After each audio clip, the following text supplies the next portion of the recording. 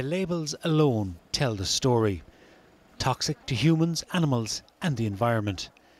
These are just some of the thousands of containers handed in at Tullow Livestock Mart yesterday at the one-day collection and bring centre organised by the Department of Agriculture, the EPA and Teagasc. Some of these chemicals have been in storage for decades. Some of it was relatively sort of recent pesticides and some were 20, 30 years old. Obviously they're being stored on farms because farmers don't know how to dispose of these pesticides in a correct manner that both protects themselves and their livestock and also the environment. Specialist licensed contractors were on site to receive, label and pack the hazardous waste.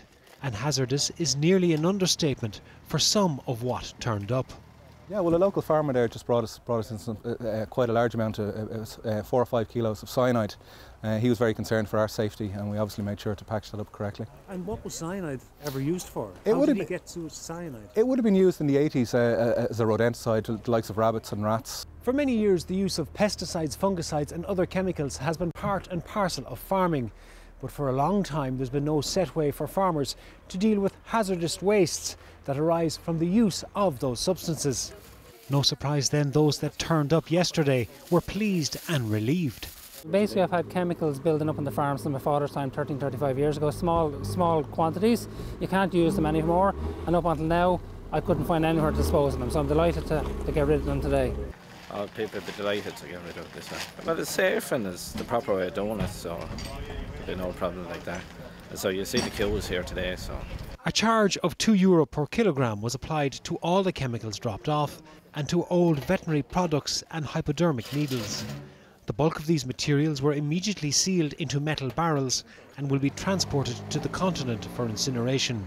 Other waste classed as hazardous, such as used tractor oil, lubricants and electrical goods that can be recycled in Ireland, were accepted for free.